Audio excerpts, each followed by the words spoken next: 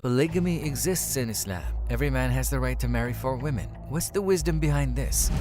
They say that our Prophet got married several times because he was a lustful person. What would you say to them? It is said that he married Aisha when she was only 7 years old. So why do atheists make such ridiculous claims?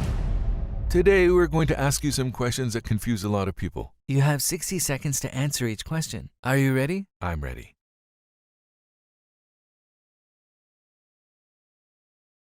Polygamy exists in Islam. Every man has the right to marry 4 women. What's the wisdom behind this? Before Islam, there was polygamy with more than 4 partners. Islam limited it to 4. Although the number was diminished and reduced to 4, only 1 is recommended. So 4 partners are allowed but not mandatory, but only 1 marriage is recommended. I'm more curious about the wisdom behind this issue. What's the wisdom behind that? Think about it this way. The male and female populations are very close to each other in the world right now. But this was different throughout history, and numbers differed in various regions. So when a woman says she's going to marry a man, there's a basis for this at the moment. But in major wars such as World War II, and there were many wars during the period of our Prophet lived. As you know, in wars, many men die, but many women survive. If we think about it in this context, a woman cannot marry a man. However, if a man takes 2 or 3 women under his protection, that woman could have a husband. What happened in this context? Islam allowed it. But when you look at the Islamic community under normal conditions, maybe 95% of the community prefers monogamy. Also, yes, the male and female populations are close to each other in the world. But this is not the case in all parts of the world. In some regions, men are limited, women are abundant. And in such cases, in such places, or in times of war, people prefer to use this permission to have more than 1 partner. So, what do you think about the practice of polygamy nowadays? Currently, polygamy is practiced more in non-Muslim communities. For example, according to data from the United States, 57% of men in a relationship are cheating. So, polygamy already exists. Do you know what I mean? Islam has limited it, but someone who has illegitimate relationships does not have a limit of 4. I said 57%. This is a serious number. I would also like to add this. It's not like I've been married a lot, I have many wives and sunny days. This is a complicated thing to manage. You have to treat all of them fairly, even though polygamy seems cool and comfortable. On the contrary, because you have to be very fair, it's not an easy thing to manage. Please, let's not forget that Islam has allowed polygamy, but only a single marriage is recommended. They say that our Prophet got married several times because he was a lustful person. What would you say to them? I mean, it's so irrelevant. Now, we do not know at what age our Prophet entered puberty. Let's say 13. It usually happens a little earlier, as it is hot in the Arabian Peninsula. From the age of 13 to 25, our Prophet never got married. So how many years in total? 12 years. If he was someone who had a problem with lust and sexuality, could he be able to stay single until that age and marry a 40-year-old woman when he was 25 years old with Khadija? You know that Khadija is someone who got married before. Does that sound logical at all? A lustful person who is into sexuality getting married to someone who has been married before and is 40 years old? Fine, what you say makes sense. But what about his other marriages? Now, our Prophet remains married to Khadija and has multiple marriages in the last 10 years of his life. That is, a few years after Khadija's death, his polygamous life begins. And there's a lot of wisdom behind these marriages. And except for one, all of them are people who have been married before. Some have children. As for their age, a 50-year-old, a 53-year-old, a 55-year-old. For example, our mother Salama is 65 years old and has 4 children. Our Prophet is married to her. So when you look, if he was lustful, what would happen? All of the marriages of our Prophet would be with young women. So why did he get married that much? What was the need for so many wives? It has so many merits. First, it is strategic. It is political. You probably heard it in history books or movies. What happens? A monarch takes the daughter of another community. And then what happens? Peace is settled between them and they do not enter into war with each other. Our Prophet too married women from other tribes and communities to achieve peace.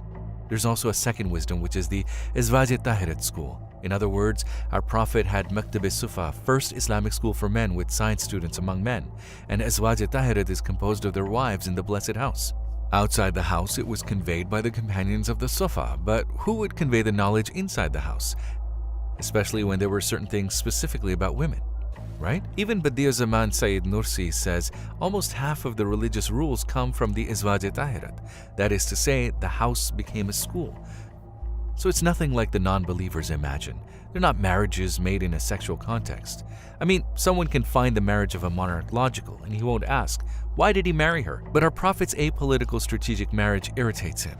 It is said that he married Aisha when she was only 7 years old. What would you say to that? This is a funny claim. Can you imagine a prophet marries a 7-year-old at the age of our prophet was also quite advanced? And how old was Aisha? According to the information obtained from the hadith, our prophet was already quite old. It is said that when he was 55. Aisha is said to be about 20 years old according to the hadiths. And why marry Aisha? Aisha is incredibly intelligent. She has an incredible memory. Now, we need to get information about the life of our prophet. How will we get it? Would an older person inside the house convey this better? Think in terms of memory and intelligence. Think in terms of observation. Or would a young person do it better? Aisha had a duty. And she was one of the 5 narrators who conveyed the most information.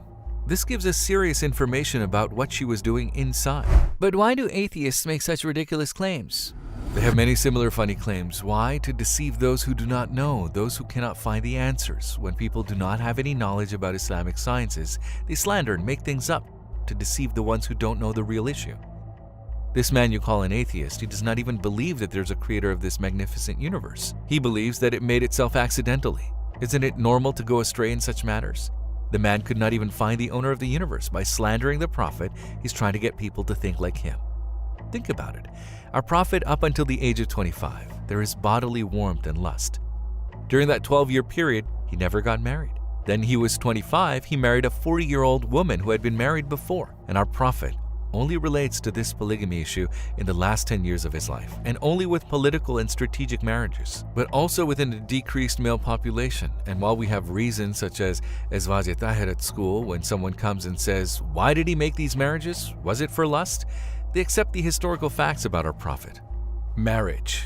Yes, he married them. He married Aisha, so they accept that. But they do not accept other historical facts about our prophet. Like what? Our prophet is a man praying until his feet got sores. They don't know this bit of information. They don't know anything about the person's life, righteousness, and reliability, who prays a lot and has so much devotion. They only know what suits them and make claims like, wasn't he lustful? When you look at the general piousness and morality of our prophet, him marrying a 9-year-old, a 7-year-old, or marrying for lust, and getting married all the time for lust, does this model of a man match up with the devotion of our prophet? And you know, I once said something like this to an atheist. I'm running out of time, I know. I'm sorry, but I said something to an atheist after he asked a question. I said, I'm going to ask you something. As much as you browse these atheist websites, have you done any research on websites that have the answers to these questions? Can you honestly tell me? He said I didn't. Do you know what I mean? In other words, he found a belief model he could easily sin with. Atheism. Okay, God doesn't see us. There are no angels, no guilt. Okay, this information is correct. Maybe some people can answer these. No, I won't go into that part. I found what I wanted. I got it, and I don't want to learn anything else. If someone has that mentality, then the truth cannot be reached.